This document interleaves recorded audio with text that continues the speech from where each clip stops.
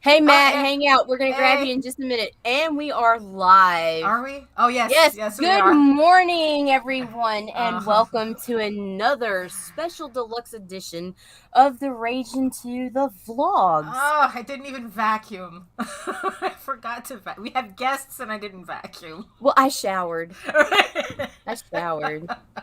We've got a really good-looking gentleman in the chat, but first we're going to throw this fucking intro and, or he'll in the background. Oh, wait, no, I don't want to say that. What are we doing? Yeah, what the fuck are we doing? Hey, watch this, guys. Watch.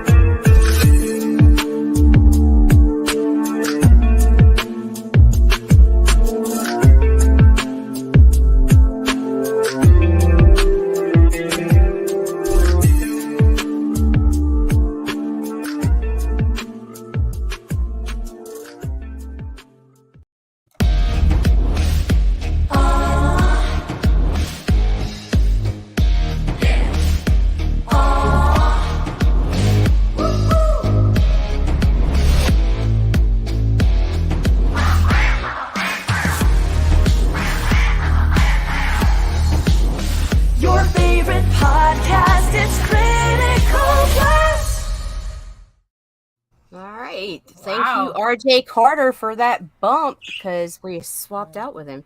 Oh, and say hi to Marmalade for me.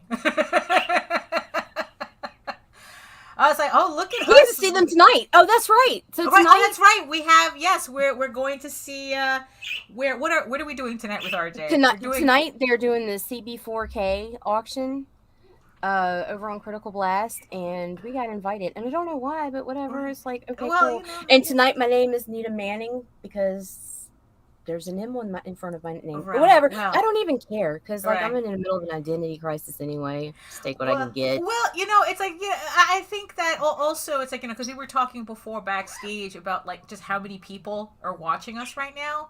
Have since we started doing these vlogs, which I don't know why. What are you guys doing here? So, what the fuck is wrong with you people? But you know what? It's like because I guess it's like we also have like a lot of new people coming in, and I guess discovering us for this first time. I think it's probably about time we start doing proper intros of ourselves. Oh yes, ma'am.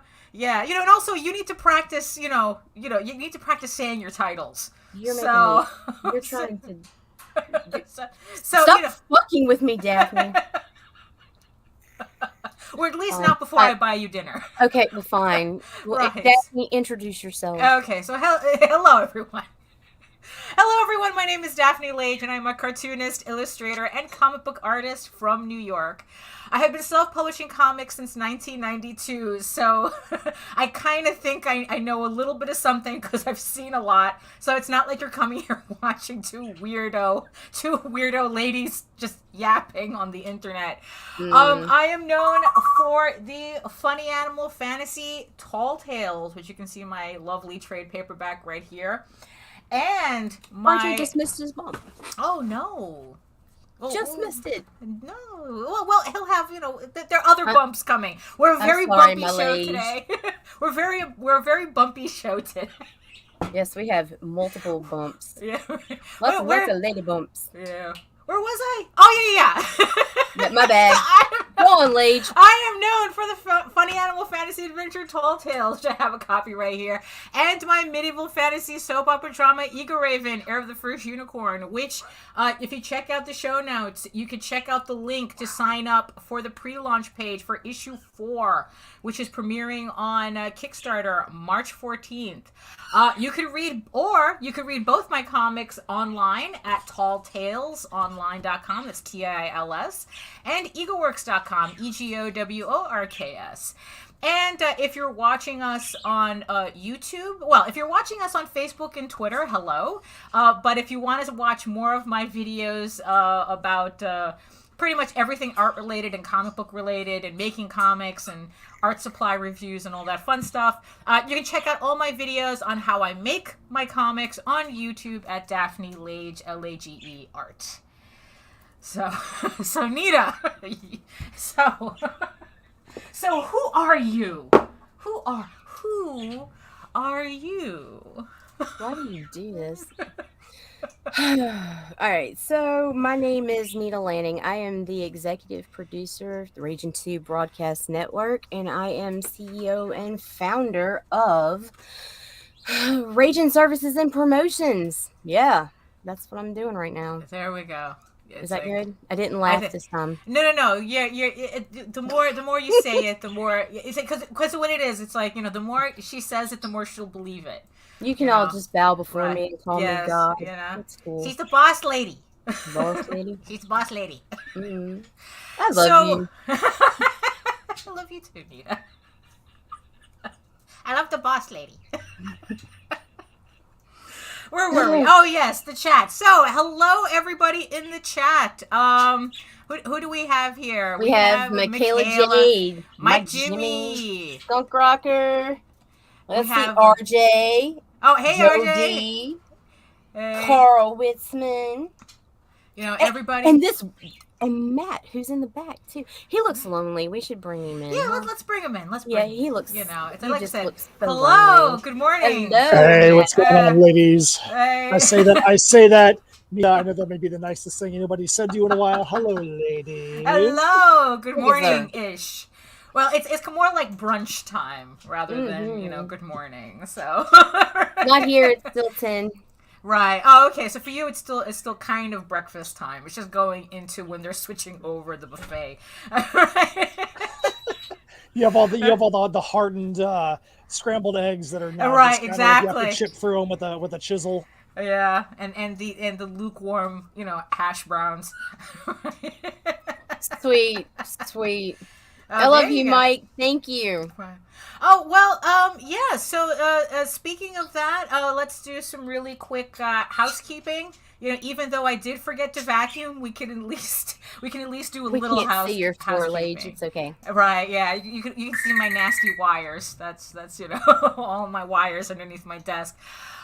So like I said, it's like the launch page for Eagle Raven, Heir of the First Unicorn, issues 1 through 4 is in the show notes. I think right now I am up to 112 followers to who are going to get notified. There. So you can sign up for my campaign there. So when it goes live on March 14th, we still also have long shots. All it's like what was it? No fudge. All cream. No fudge, all cream. It's so we have that campaign. It's also a sign-up page where if you sign up and you pledge on the first day, you get a poker chip. Yes. So sign up for that as well. I don't think we have a date yet as to when it's launching. I think in about a week it's going to launch. So sign up for that. We also have Sam Vera's There's an Alien in My Toilet. The Duty Adventures. Duty Adventures from Uranus. Oh my God. So you can, it's like, so he's, I think he has like either 15 or 14 days left to go on his campaign. So it's an all-ages science fiction story about an alien who gets stranded on Earth and has to survive the Earth's simple creatures. So you can check that out there. Also, we have Bubba Patrol by John Anthony. She-Hulk Satara. Oh, okay. Yes, Satara. Yeah. I'm sorry if I did butcher your name. Glenn in Monsterland from Kevin Philpott and George Medina's Wonder Duck. And Matt has something coming up too. Really? Live right now, and it will last but not least on this list of illustrious campaigns. So Matt, what do you have for the peoples? You talking about me? About me? Yes, sir. Introduce yourself. Okay, so my name is Matt Knowles. I am one half of INSYMMETRY Creations alongside of Steph Cannon.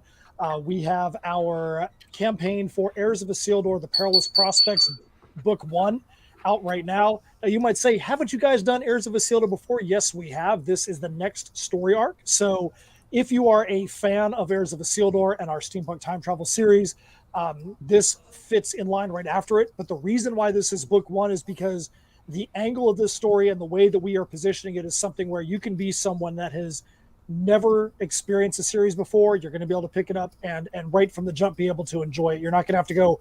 It's kind of like Star Wars. You don't have to see all of the Star Wars movies to enjoy The Mandalorian or Boba Fett.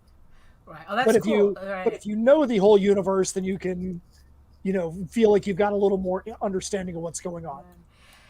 Yeah, well, that's pretty good. So this is a good jumping on point for. I'm sorry for the look. You get fanfare from the Peanut Gallery. It's all good, right? So this is a good jumping on point for, I guess, like people who aren't familiar. And I am already familiar with your book, although I'm probably going to have to replace it because I lost it in the flood in October. Oh goodness gracious! So this might be an actual good jumping on point for me as well. Especially, do you have challenge coins again this campaign? Well, so we still have the same challenge coins from before. We don't have any new challenge coins. But we do have a lot of really cool stuff. Like, for instance, you see the shirt that I'm wearing right now. This is one of the prototypes. We actually have foil shirts, which you've seen like with like Affliction and all the like the muscle shirts and stuff like that. But we wanted to do something different with our shirts this time. So we've got the foil print shirts. We've got crazy socks. We just did a Misfits Clubhouse and we did some socks for that campaign, and they came out really, really well, and they were well received. So we decided that we were going to do them for this campaign as well. And then just last night, we reached a backer incentive, and we always partner with a leatherworking company called GB Leatherworks. Oh, wow. That does a lot of themed merch for us. And we just revealed Michael's Traveler's Pouch, which is a themed piece of merchandise that they're handcrafting for us, that any gamer, anybody who's a cosplayer, collector, is something that can actually work well with what you have. It's actually branded with our emblem on there, so it actually is really cool. We just put the graphics up, and just not even 5 minutes before I got on this call, I was just putting up a lot more of the graphics last night. Wow, a lot of bespoke materials for a bespoke comic. Very nice, very nice. And for people who are not familiar, so what would be the elevator pitch of your book? Okay, so for this one, for Perilous Prospects, it is an apocalyptic sci-fi story set in a steampunk world. The apocalypse has come to the village of Shadows Haven, and the only way to stop it might be through those who inadvertently caused it. It's like, so people went, oops. So at the end of our last few at the end of the Crossroads Conundrum and Nightmare scenario, you were able to see an apocalyptic event took place at the end of those stories. Where we start in this one is with that apocalyptic event, but at the end of the other stories, we basically saw it from the viewpoint of one set of characters. In this story, we show how this thing that happened with them has now affected the entire area around them, and how everyone is struggling to figure out, is there a way that we can stop this? Is there a way that we can mitigate what is happening with this? If so, what do we do, and who needs to be involved? And it's a really, we really are excited about where we're at in the story. This is book 1 of 3. It's going to be 48 pages in this book. We are going to be basically done with this by the time the campaign is over in 12 days. We're doing this as a 48-page perfect bound book, so each one of these is actually going to have a spine on the book. So before we even get to the trade paperback, you're going to be able to have little spined books for each one of these. So it's a premium format, I guess. Absolutely. We wanted it to be premium format. As you see, we've got 5 different covers. The one that's on the screen right now is cover B from Chris Rao. We always like to have good homages. We've done some Garbage Pail Kid homages. This time, because we have metal music involved, we did a Metalocalypse homage. So we have that Metalocalypse homage. We did a reverse sketch cover this time. We already have white sketch covers. We're doing an all-black sketch cover. Oh, wow. So that way, if an artist like yourself wants to go out and draw on it, then you need to do it do it reversed with paint pens or whatever, so it shows up. Wow, okay, that's an interesting, that'll look really interesting. And there's your better half. There you go. Hey, what's up? Steph jumping in the chat. Oh, she's in the chat too. Holy shit! I was off screen. I was looking at her picture. I was like, "There's your better half," and then that was great. All right, cool. Hey, Steph. Hey. So is steampunk something that I guess, because I've seen photos, I've seen your photos on Facebook. So is steampunk something that you guys are like personally like interested in, or was just something you were playing around with for this comic concept? That's a good question. So I actually really like, and we both really like the fashion elements of steampunk. I've been a metal musician my whole life, and I've done the black and I've done the goth and all that. But there was a lot more creativity and whimsy in there as kind of a logical progression. Like in my metal music fandom, I've become a big fan of folk metal from Europe. And it's still heavy and it's still intense, but you kind of have to crack a smile when you hear it, because you're like, there's accordions and saxophones and hurdy-gurdies in here. So even though it's insane, there's still an air of fun to it. And steampunk is that way. The reason why steampunk really became a part of this story was I had taken about 8 to 10 years off from writing metal at all. And I wanted to get back into it, but I wanted there to be more to what I was doing than just metal music. And I found myself going back to songs that had previously been written, but had not, they were just in like the file cabinet and nothing was happening with them. And I started repurposing them and changing the lyrics up and turning them into something new.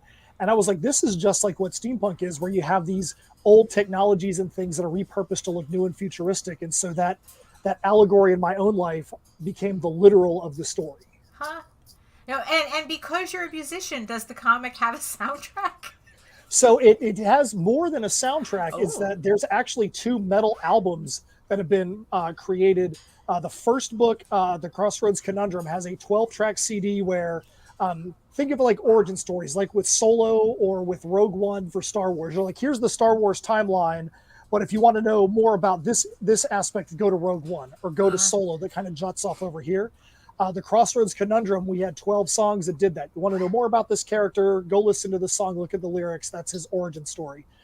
We just did a campaign for Heirs of Isildur versus Tales from Nocturnia last year, and that CD has got 5 more songs for Heirs, and we purposely did that for people like that have never seen this story before. If they're like, hey, I just want to get the basic foundation of where we're going to go.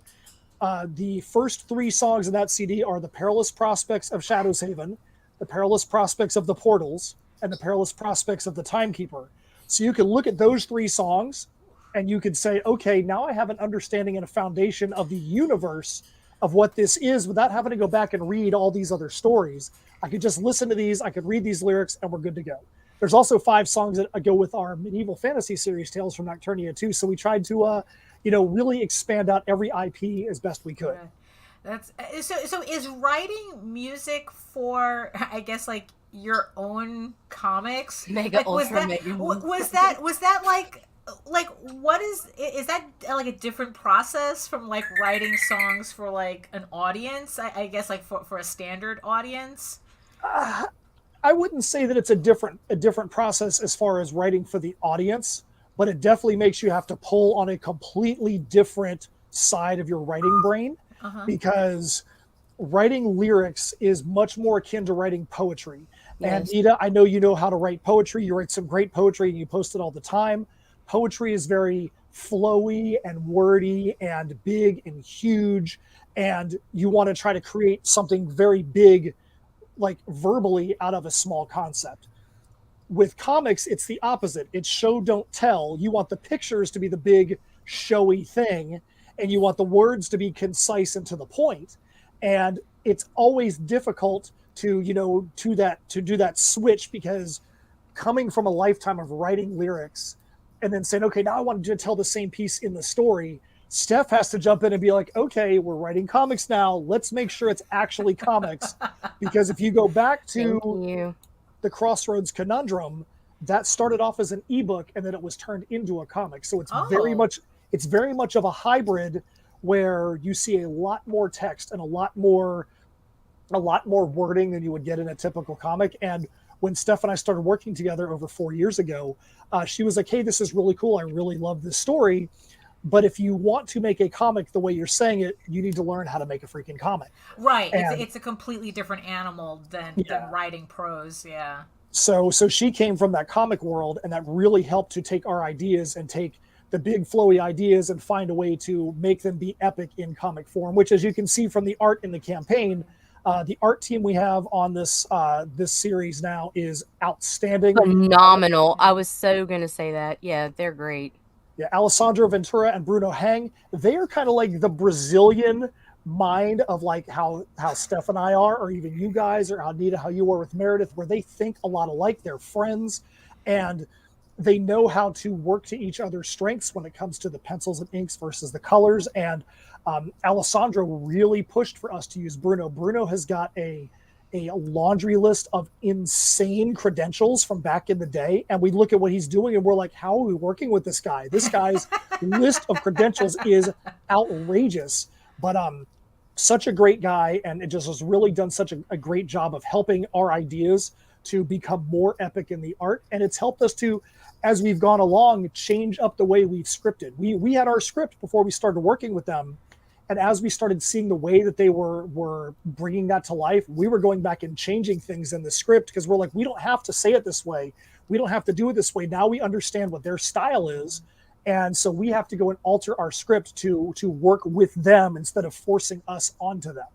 Oh, but it sounds more like it's not only just like you're adjusting the way you work to them. I mean, it's a true collaborative effort. It's like you kind of know how everybody works, and I guess like you're making adjustments based on that to get the best work possible. Absolutely. We have two different teams we're working on right now, because we still have Misfits Clubhouse, which is on Scout Comics, and Raheel, who is an artist in India, has a very different style than the guys in Brazil. And so Steph and I have these conversations sometimes. We're like, I wonder what it would be like if the teams flipped. Not that we would ever want that to happen, but we're like, we'd be writing these scripts completely different, because Raheel has a way that he works that is way different than the way that the Brazil team works. And so it's neat just saying, we really have to, in that respect, again, switch our minds to work towards one or the other. That's funny. So I'm gonna play the video real quick. I was about to say, yes. Okay. Let's go ahead and play the video. And, don't look at my YouTube history at the end of this, folks. It's none of your business.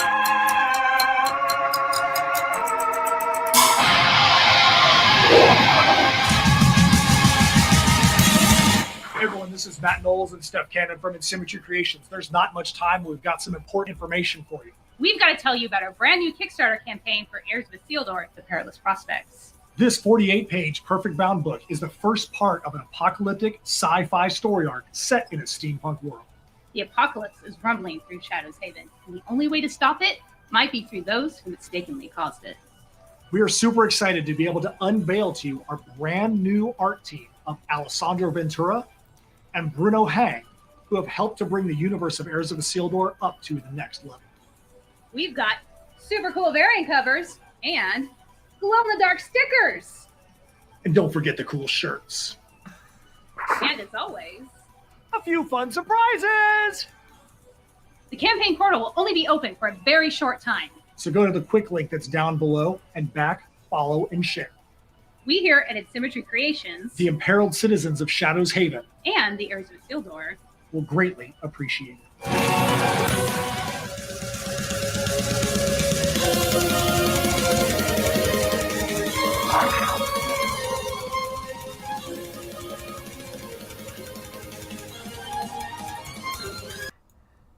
That was a really good video. You guys have incredible chemistry, amazing gear. Yeah, like, really. The aesthetic is on point. Yeah. And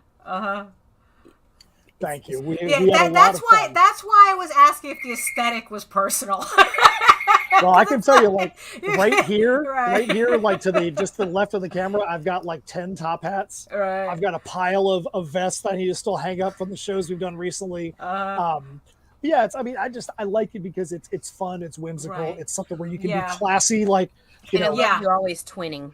Yeah. Always. That's part of it. We have to do it. We've got to make sure that people just can't tell us apart because, there's no size difference, anything like that. And I will say, part of the thing that makes it classy, I'm not meaning to go darker here, but like I completely understand and relate to the turmoil that's been going on in your personal lives recently. My brother just unexpectedly passed away last week, and Steph and I were at a show in Atlanta, and I live in Florida. Steph flew into Atlanta from California, and we were going to come back to Florida to do stuff for the Kickstarter campaign. And as we were getting ready to leave, we got the text message in saying, you got to call the kids in because it's not looking good. Right. So immediately Steph's like, you got to go to Charlotte right now. And I was like, yeah, we got to go to Charlotte right now.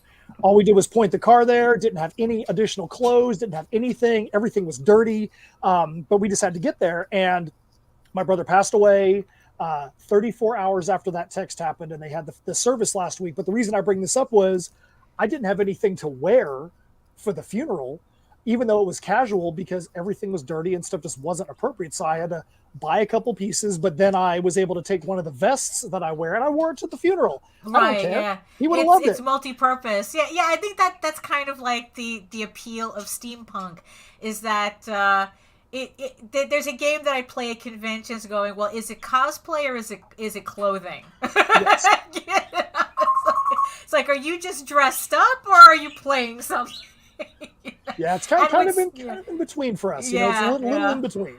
But that's really cool though. But that's so with the music though. So how does that work? Do you expect people to read and then have the music in the background playing? No, so I would say this, not normally, other than, so in the video you just saw, all the music that's in there is off of Heirs of Isildur versus Hellish Nocturne, the album. There's one song on there that is an instrumental. So yeah, if you want to listen to that while it's playing in the background, great. Otherwise, we normally have it where it's, read the comic here. Okay, now we'll go take a listen to this song over here. And so it's not normally like a soundtrack to be playing in the background, ambiance or anything. It's normally an extra piece where you can go expand the story outside the pages of the book. And we always try to make sure that it's set up so if you're a fan of metal music, you don't need the comics to enjoy the metal. If you're a fan of comics, you don't need the metal album to enjoy the comics.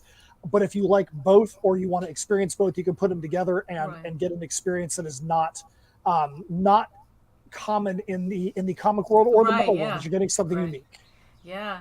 Now the prose book that you said that the ebook that I guess all this is based on, is that still available? Because I'm always fascinated by how prose translates to comics and vice versa. So interestingly enough, the prose version never got released because we turned it into the comic. That being said, we've always had the desire to go back and actually create a real prose version of it, because there are some people that just don't want the graphic novel version of it. They don't want it illustrated. They just want their Kindle version, and that's totally fine. You guys see how busy we are. We just haven't had the time to be able to go back and be like, hey, let's sit down and the way that the prose version would be now compared to how it was written is so wildly different. Because we Steph, the first arc was 11 issues. Even though I had it all mapped out, Steph came in after issue 2 and added in her editorial views, and there were some things that changed. And then with the new version, with Nightmare Scenario and with the Perilous Prospects, Steph is a full co-writer on it. So everything is completely different, but that's good. That just makes it a challenge. If you want to go back and turn into prose, how would we flip that more wordy, more flowery style back into it? So that's going to be a challenge when and if that day ever shows up. Okay, that's really cool. Because that's because that's something that I'm still currently like experimenting, like combining prose with comics and illustrations, and like how trying to get the right combination of everything, so that I'm not completely alienating everybody. Well, that's one of the things that we've tried to learn. You look at people like Russell Nolte and Madeline Holly Rosing that have a full comic side and a full prose side. Right. To my knowledge, they're like saying, hey, if we're on the comic side, we're going to go full bore on comics. If we're on the prose side, we're going to go full bore on prose, and try to make sure that it's appealing completely to those audiences. I don't want to say mistake, but my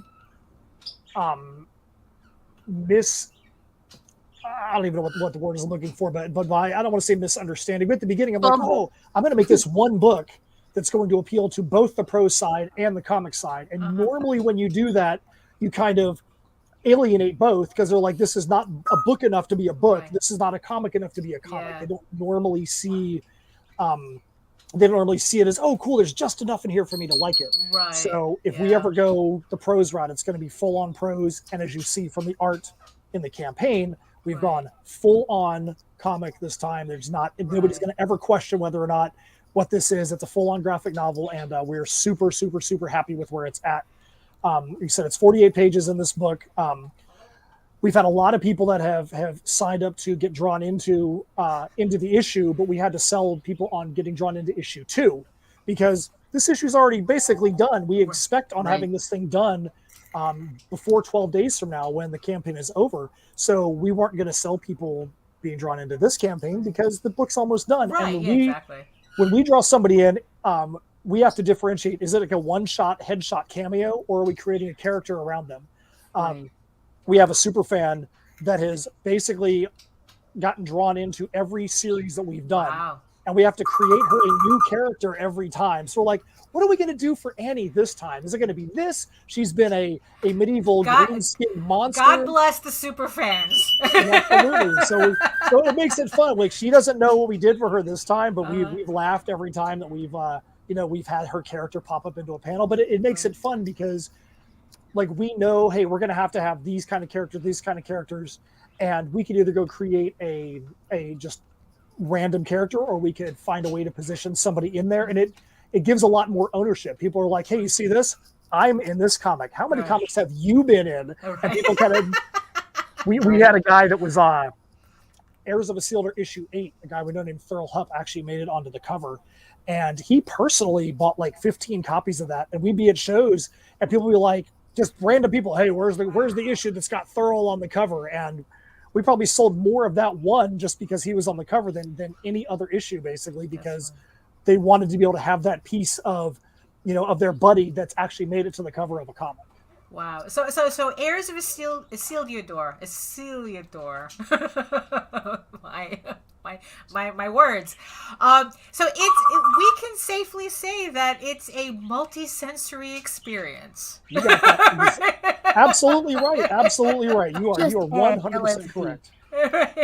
Don't do that. Don't do what? Add LSD. Oh no.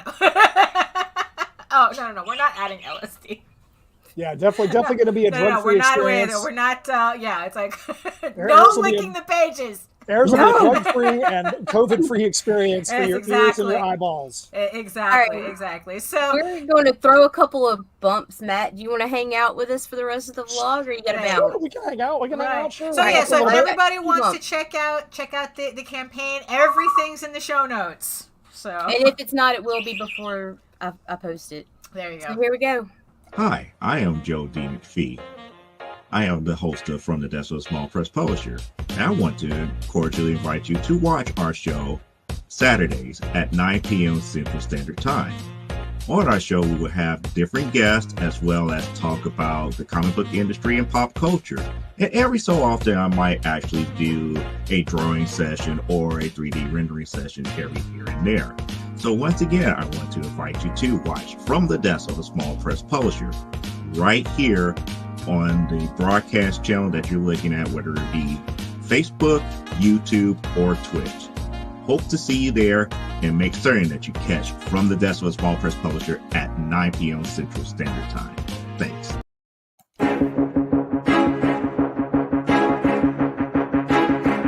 It's Monty Moore. I'm a 30-year comics veteran in comics, games, and movies, and you've been watching one of my absolute favorite podcasts, Catch the Craze. You are watching Catch the Craze. What am I listening to? And you're listening to Catch the Craze. Where are all the indies at? A Catch the Craze podcast. What are you watching? I'm watching Catch the Craze. What are you going to do? Subscribe now to Catch the Craze, the #1 show online for independent. Have you subscribed to? You are an independent. Catch the Craze! Making moves on your own. Catch the Craze! On your grind in the streets. Catch the Craze! Join the movement. Catch the Craze! Okay. Yeah. It's my own. What are we? I'm not going to call you a co-host. I won't do that to you. What are you, Daphne? I'm the other host. The other host. The other host. The other hostess is on there saying it's the #1 in independent. Then you guys need to fucking leave and head over there right now because. Well, they're not on right now, so there's nowhere to go. Daphne was excited. She pumped me up about that, man. She had me dancing. I was like, man, she knows what's going on. Yeah, no, because Sam's a musician too. He used to do albums and stuff. So I love the music that he makes for his own shows. I think that one is my favorite piece of music that he does. There's another one that kind of makes me bop too, but I kind of was like feeling seduced by Joe. That music, it was just like, is this casting count? Oh man, no, and Joe's voice, the masculine voice is all smooth talking. Right. Well, he's got the smooth jazz show, kind of. You know, he's literally like the late night talk. Joe is like the late night talk show host. You know, that you see on like channel 13 or something. Why you gotta put him all the way on 13, Daphne? Because that's where all of the intellectual shows are on. You know, it's like, you know, he's the one that comes out that he comes on after Masterpiece Theater. You know? But so let's talk a little bit more about that, because this is something that I've kind of been debating for a bit with the way that I'm doing my books. So the whole idea about crossing the streams in comics, and like, so I have this whole combination of things where it's like I have comics, I have prose, and I'm trying to like, how do I fit these two pieces together? And it seems that the more that I talk to people about the idea, the more it's like it doesn't clarify anything for me. So I guess your take on it is that if you're going to do comics, just do comics, and if you're going to do prose, just do prose. But have you ever come across a situation where your prose is saying more about your work than the comic is? I think that from what I've seen, what I felt is that with it being two totally different mediums, you're going to, one of the things about prose, you could have a couple of pages about a guy walking up the stairs. And the guy could be walking up the stairs and he's thinking about this thing. And as one foot, left the board and went to the next step and blah, blah, blah, you get this big thing, and you could be going through this entire thought process in that respect. In a comic form, if you do that for more than one panel, then you're wasting your art. Mm-hmm. So I think it's an apples and oranges thing. That's why I said when we go back and we do our prose version, I truly feel like it's going to be reformed in a sense, because there will be different places where you can expand out those thoughts in a way that you don't do in comics. And it doesn't make it good or bad. It just means comic needs to be moving a lot faster forward. Right. Yeah. Like, that's, I mean, cause that's what that's how I understand comics. That's a very, not compressed, but it has to be streamlined in terms of storytelling, where in prose you can easily meander and it doesn't feel out of place. Right. It doesn't feel like you're meandering pretty much, unless you go 30 pages. Then people are going to say you're meandering. But it's like, but I have seen but the thing is, like the challenge that I have though is that because I kind of work in both mediums, that there are certain scenes that I write out in prose. Oh, the Russians arrived. Oh, the Russians are here. Oh, okay. Oh, look at that. And they're wow. What are they doing there? That's okay. I got them. Okay. Yeah, motherfuckers. YMCA. What the hell are they doing there? So, because when I'm actually making a comic, I do both things. I do my sketching, and I do these prose vignettes, which last week I gave some examples of how I do the prose vignette and I work my way out from there. And a lot of the times I do these little prose vignettes and realize that it's like I can't translate this as a comic. Yeah. But it's not enough to do it as its own prose thing either. Yeah. Well, I can tell you one of the things we do, and one of the reasons why we say we feel like with the Perilous Prospects Book 1, it's something where people can easily jump right in, is that we will at the beginning make sure that we've done a quick prologue, and that will be all. It's either going to be all prose or be like more like illustrated novel, where people are just going to get the, here's a little bit of the universe, here's a little bit of the backstory. If you want to read this, great. If you don't, we just to make it a quick hitter. At the end, we always try to put some character bios, and the reason why we put it at the end is because we don't want to have any spoilers for people that are they want to be spoiled by where this character comes in or what's going on. Right. We put it at the end so that way, if they want to know more about, there were these two characters and they had this one interaction and Daphne's over here going, who are these people? And Nita's on the other side going, holy crap, I'm standing on my head. I can't believe those two people finally said something. My whole universe has been completely turned upside down. And I'm like, what? We want to make sure that is there so that at the end of the story, those people can understand the importance of that. And then if they want to go back and reread that to see that the significance of that moment, they can without having it spoiled beforehand. Uh-huh. So and that's right. And that's also another thing too that I kind of like wrestle with is the idea of spoilers. Like, at what point is a spoiler a spoiler, or is it like, if it's like so down the road that it's like, does it matter?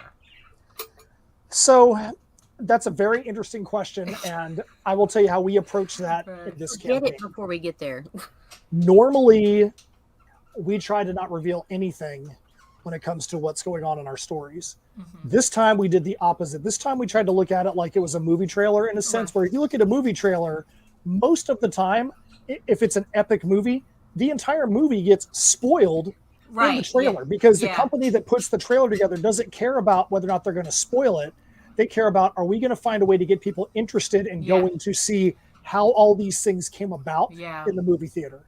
And that's kind of the direction that Steph and I took this time. We were like, we still made sure there were a few things that you guys have not seen in any way, shape, or form in the campaign. And there's a lot of art in the campaign. We wanted to make sure that there's nothing that there was still some stuff that we held back. Right. But we wanted to make sure, I mean, there's even some panels from like page 20. It's a 48-page book, but there's panels from page 20, page 25 that you'll see in the campaign, because we're like, hey, we need to show this so people understand what the art style is and where this is going, and hopefully they'll be interested in the story. So we really towed that line of what is a spoiler and what is something that makes the story interesting.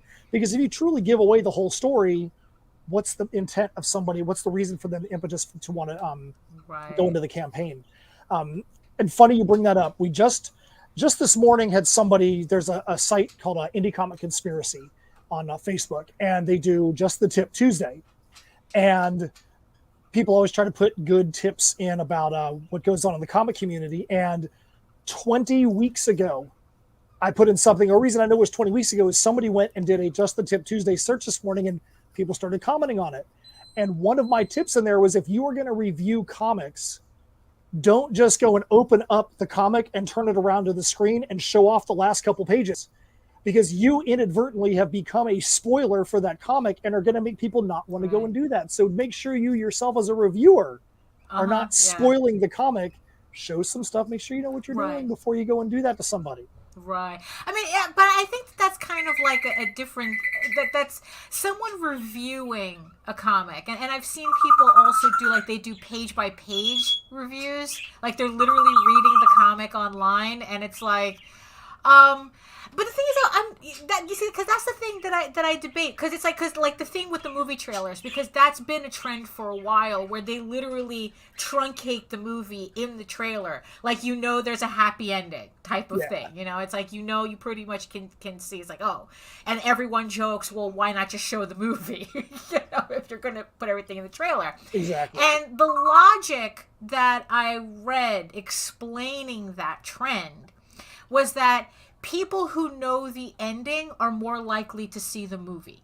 Like, if they know there's going to be like a happy ending, they're more likely to go to the theater to see the movie. Now, it's kind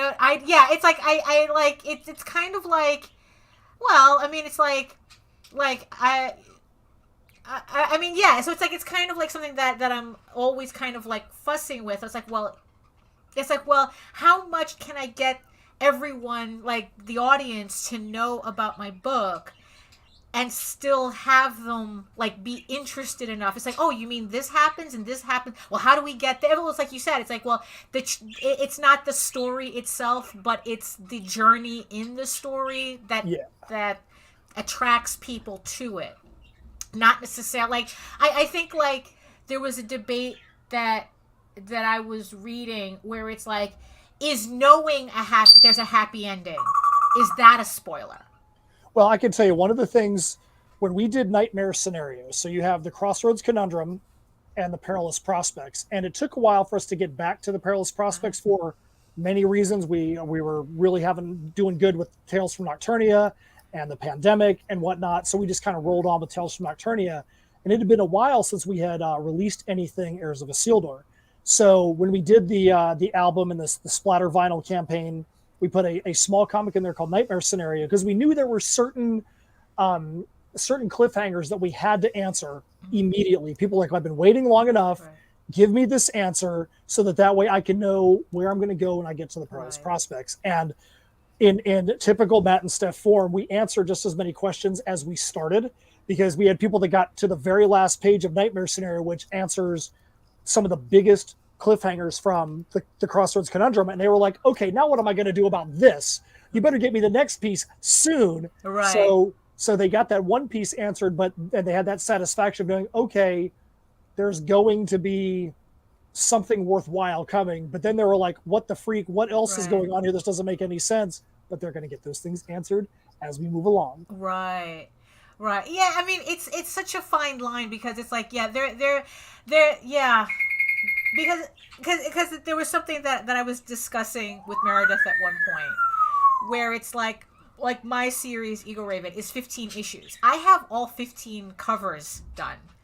Now, the question was whether I should reveal the covers or just reveal them one at a time, because being it's like one of the challenges of crowdfunding is convincing people that you're not just a flash in the pan, that it's not just the one issue, that it's like that they're going to see the rest of the story, that's like that you're not going to disappear in the middle of a series. Yeah. So I had all these 15 covers, and I go, should I show these 15 covers? Because I go, if you just follow the covers, you get the story. Yeah. It's like, not that I think I'm spoiling anything by saying there's a happy ending, but it's like, that's, like I said, is that really a spoiler? I mean, isn't that kind of what people like hope for in a story, that if there's going to be a happy ending? Well, I can tell you one thing about you. I have never known anybody in my life, and I mean this in all honesty, I feel like every time I turn around, it's like, hey, I've got this crowdfunding campaign done. I just finished my crowdfunding campaign. Hey, I have this crowdfunding campaign out there. I'm like, didn't her campaign just finish? She's already on the next one. It's like, it's going to get worse. It's going to get worse. And it's about to get worse. But that's good, though, because people know that, hey, this person is getting it. They're putting it out. There's a confidence that you are actually producing it and putting it out there, because you're not going to be starting, the next campaign and the next campaign and the next campaign and the next one without already having done something to fulfill the previous ones. Yeah.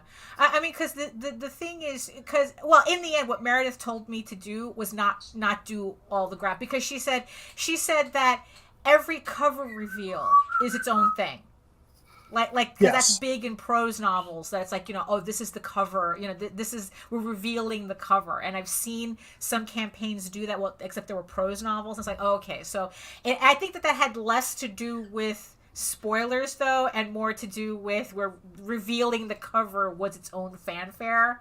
Yeah. So it's like it's all these like little things that I'm still that I'm still debating. Because. I want to do, I do have these prose sections, and then I go, oh, but I know people are getting the comic, but it's like, but I have this illustrated prose prequel that I know that people are buying, but they're not exactly reading. And then all of a sudden I'm like going, I have to do an audiobook, and it's just like, it just starts creeping into, okay, if I want people to read my prose, how do I guarantee that? Oh, I make an audiobook. So they're technically not reading it. Right. Well, one thing too to always keep in mind is that campaigns and releases are all about focus dates. Right. If you look at like a focus date for when like an album is released, you may say, oh, okay, well, a month from now, we're going to release the first single. Right. And then a week after that, we're going to release the cover art. And then a week after that, we're going to do this. And then here's the release date. Right. Those dates are just arbitrary. Those dates really don't hold anything other than giving people something to focus on what's going to happen in the future. Right. And if you look at a Kickstarter campaign, when are normally the two most active times? When people want to get in at the very beginning, right, and when people want to get in at the very end. Yeah, exactly. Yeah, that's why you have that killer plateau period in the middle. Well, I can tell you, we actually, because of the reveal of the leatherwork yesterday, we actually shockingly had our second best day in the campaign, other than the opening day yesterday. I mean, right, it's all about timing. Yeah, we had a whole week last week where we were basically off the grid because of what was going on in North Carolina, and it is what it is. So that's just on us to try and find ways to get that momentum back. And we were just really glad that we had the leather. We knew this was going to happen at this time in the campaign. We always try to put some specific things in the middle of the campaign, whether it be a cover art reveal or a merch reveal. And it really helped us to get back on track yesterday. Oh, that's interesting. With that leather work. Yep. So that's like, I guess it's like a little Kickstarter strategy here in order to kind of like get through that middle hump, make a major announcement in the middle 100%. Right. If you don't have things to keep people interested, people are going to start backing off the campaign. I can tell you right now, there were like this morning, there are so many campaigns that launched today. I'm just like, dudes, no more launches today. I can't back anymore. Right. We were tapped out. The INSYM account is tapped out on backing stuff. Stop, no more. But we feel like some people are so focused on, I got to go out and get new backers and new backers and new backers and new backers, that it's like, once say Nita backs the campaign, that we don't want Nita to become now a past tense person, where it's like, oh, Nita backed the campaign. Okay, great. Now let's go over here and find these new people and forget that Nita even exists. Because remember, people can back out of campaigns at any time. Right, yeah. So if they don't feel like you are still just as important to them as the new people, they're going to be much more apt to pull their back and go somewhere else. That's why every one of our stretch goals is always something that's going to be beneficial, like whether it be trading cards that are added in. We unlocked the leatherwork tier yesterday. Different things to make sure that the first backer knows, hey, they still care about the fact that I'm here. We do post campaign drawings where we say, hey, if you're in the first 50 physical backers, there's going to be a top hat at the end of the campaign that's going to have all these names in there. We're going to just randomly draw a name out. You're going to get an extra incentive, one person that's going to get added into your pack. And we try to do that so that people know, hey, we really do care about these original backers and the OGs just as much as we care about the new person coming in later on. Interesting. Yeah, because that's the hump is always that it's always rough, and I actually shortened one of my last campaign for the last Tall Tales volume, because I thought, it's like, so at least if I cut it a week, that's 1 week less of the plateau. That is the only what I found Meredith and I ever got in over marketing. And honestly, I didn't think it improved anything at all. In fact, I kind of missed payday. Yeah, I missed having that extra week, to kind of like do a final push. Right. So it's like, yeah, so this whole idea about doing something in the middle. So instead of cutting out the plateau, try to make the plateau work for you. Yeah, absolutely. Right. I will say the one thing that we would always advise against is, unless you've got an absolutely positively damn good reason to make it longer than 30 days, don't ever do that, because no, that's if you make a campaign that goes over 2 pay periods, 2 credit card statements for somebody, then it becomes out of sight, out of mind when they're like, oh crap, 2 pay periods ago or 2 credit card statements ago I backed this campaign. I don't have any money now. Right. That's where you're going to see, unless you've got some major thing out there, you never want to have it be that long. I know some people have found, like Lori at Unlikely Heroes has really found that 14 to 16 day campaign really works for her. We made it 26 this time only because we wanted to start on a specific day. We like to end on a specific day, so that worked for us. But to make it go anything over 30, unless you've got a really good reason, you're just asking for trouble, because that's a lot of time to keep somebody excited about your campaign. Not go look for that new, go look for that new, shiny object that's out there, the new shiny campaign, and they take money away from you. I mean, like the pre-launch phase is hard enough, right? And it's like, and then like you want to carry, you want to like slowly build that excitement, but during the campaign, it's like to keep that momentum really going. I don't know how people do more than 30 days. It's like, I know that for Kickstarter, it's like it's kind of, it's like, now mind you, we are talking specifically about Kickstarter because Indiegogo being a different animal, because for that, for Indiegogo, they take the money out immediately. So there is no out of sight, out of mind. There is no, I forgot to pay for this. Did that to us as an option. I'm glad they let us like pretend like we have that money now. Right. And so that when it clears, it's like, oh my God, are we eating ramen this week? Right. Coming out of the groceries. But like, I'm glad they allow us that liberty, but give us the option. Because sometimes it's just nice to know that shit's paid for.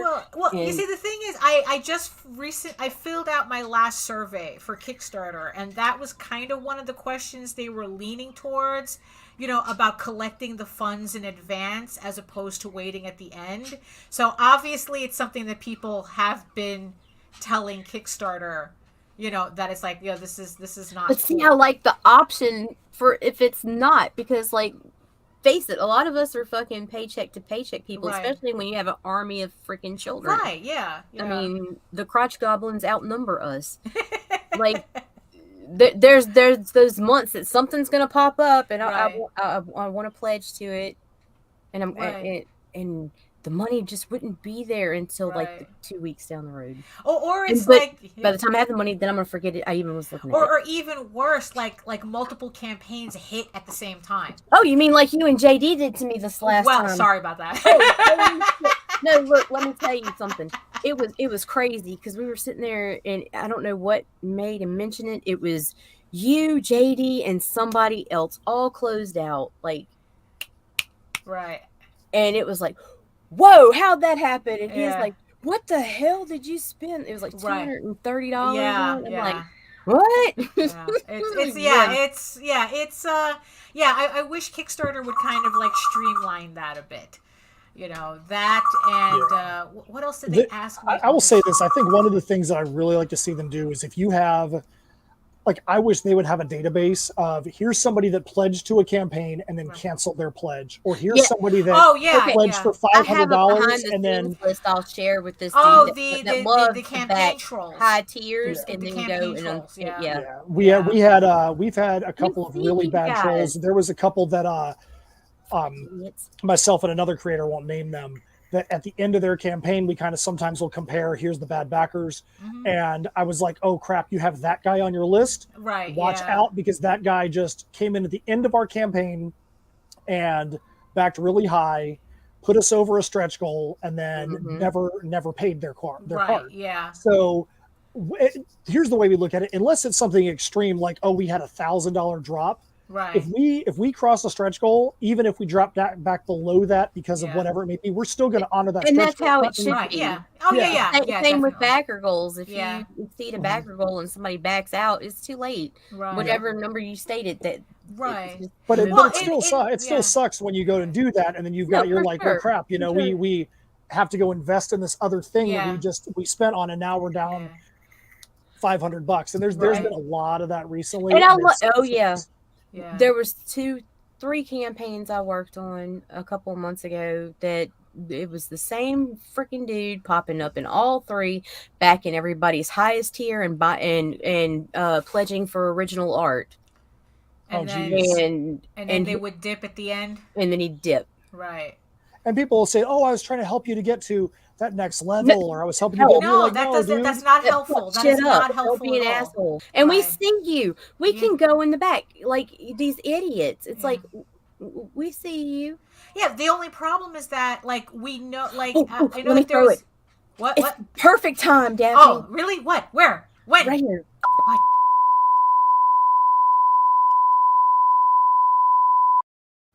Yeah, that's fuck you guys. Right? Like, Yeah. Don't be a dick. Yeah, it's like because what's worse is that when I read about how like campaigns like people saying, I see this person doing this on my campaign and there's nothing I can do about it. Yeah, and that's the thing. Yeah, right. And then what's worse is that even if like someone pledges $1,000, you know it's a fake pledge, but you can't flag it or anything. And then it's like they pull, but Kickstarter still shows your campaign as still having that $1,000 on it. Yeah. Oh, but but here's what's worse. You know, there's a reason why those guys do that, because they want to be fucking super backers. Yeah. And that if they do that, even if they pull out, guess what? Right. Yeah, exactly. Nita said pull out. Yeah. Oh wait, I'm missing something. Somebody getting smart with me. Uh-oh. Yeah, and the thing is, there's some things that happen where somebody could legitimately intend on backing at something and have a life event happen. I mean, if you would have told me last Sunday that where I would be at in my life today is where I'm at in my life today, I would have been like, yeah, that's bullcrap. If you would have told me that, you know, that in 2 hours and 10 minutes last Tuesday, my brother would pass away, I'd have been like, no, you guys are crazy. That's never going to happen. I literally texted with him during the Super Bowl. We were talking about who he won in the Super Bowl, and he's gone now. If you would have told me that was going to happen, I don't know. Just quick side note. I mean, there was a guy up there that was very helpful, a friend of the family that helped find people some airfare. Steph was like, hey, just get in the car and we'll get there. We'll figure it out. Her airfare was from Orlando. Her airfare was not to get back to California from Charlotte. At one point, if this guy wouldn't have stepped in, she was going to have to come up with $700 to come up with a new plane ticket. This guy, Otto, was able to step in because he's got experience in the industry, helped her find a way to be able to make it where she wasn't going to have to go sell her car to get home. But if he wasn't there, if she had things she had pledged for, she may not have been able to do that because she had a life event happen. There should be room for things like that in considerations. And we've had people that be like, hey, I intended on doing this. Shit happens, life happens. These are repeat offenders that do it every time. Yeah, and they don't ever message you and say, I'm sorry. Yeah, nope, it's just never. No. Yeah. So on that note, as we hit the top of the hour, don't be a dick on Kickstarter. No, don't do it. That's the lesson for today. Don't be a dick starter on Kickstarter. There you go. Hashtag. So do we have? So that's so we hit, like I said, we hit the top of the hour. I just want to thank Matt for putting up with my unvacuumed rugs. Well, luckily your camera's not pointed at the rug, so you did a good job of keeping it off camera. Well, it's an emotional state. Vacuumed floors are an emotional state for me. So thank you for coming. Thank you for showing off your campaign and joining us in this conversation. Steph comes next time. Yeah. Thank you for everyone in the chat. I hope you learned some. Remember, hashtag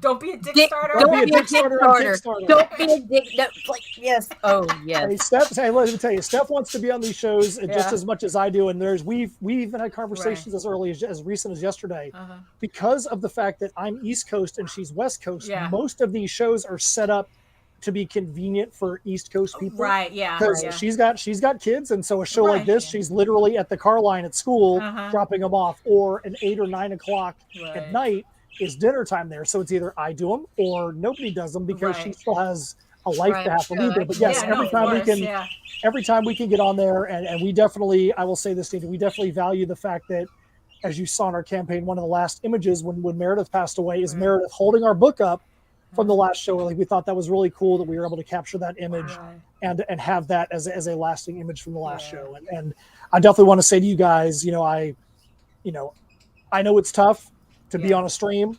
I know it's tough to continue to do the thing that you did with the person who's no longer here, but everybody out here really appreciates the fact that you guys are doing it, because you guys are valued in the community. You guys are valued in the industry.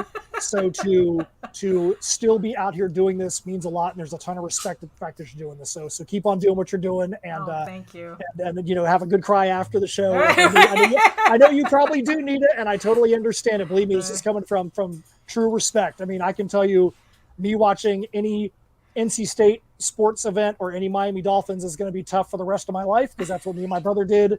Literally every day we talked about something going on in the sports world, playing fantasy football. But you know what? I'm going to have to just figure it out, because the world's going to keep turning. So I'm glad you guys are keeping the world turning. Thank you. We're not just two goofs on the internet. And yeah, if you guys want to go out there, my name is you see is tinyearl.com. There you go. HEIRS TPP1. That is where our Kickstarter campaign is. We've got just 12 days left. We've got a ton of great items out there that support the story. But first and foremost, we want you to go out there to get it because of the story. We like to create characters that you can relate to and universes you want to escape into. And we truly feel like what is there for Heirs of Isildur, the Perilous Prospects #1 is something you guys are going to really enjoy. And we can't wait to get it out there into your hands. So if you guys go out there and check the campaign out, we would love you long time. Not the way that Nita would, but just literally, figuratively. She's literal, we're figurative. There you go. Yeah. So again, thanks everybody for in the chat for watching. Thank you everybody who's watching on Twitter, on Facebook, on YouTube, and all the links, including his, are all in the show notes below. So if they're not there now, Nita's going to be putting them in very shortly. An hour. Yeah. So on that note, we don't know how to leave. Yeah, we don't know. So I'm just gonna. What? See, you got any words for the peoples? I think she's talking to you, Nita. Oh yeah. What? Well, that's because she's thinking. But you know what? I got. Well, I got some words for the people. Okay, give them to them. It's like, so remember everybody, eat your food, stay moisturized, mind your business, and do the work. Because when you actually do the work, you never have to fake your accomplishments. So, all right. There you go. We'll leave it at that. Yep. And then the stay kind and stay productive. And hit the button. Yes, hit the button. Meredith is watching and is judging you. Oh, Jesus. Okay, so we're out. Bye. This is the Legend of the Traveling TARDIS. Follow us on Facebook, Twitter, and Instagram. Subscribe to us wherever you listen to your favorite podcasts. Also catch us on the HWWS Web TV YouTube channel. Subscribe today and become part of the Legend.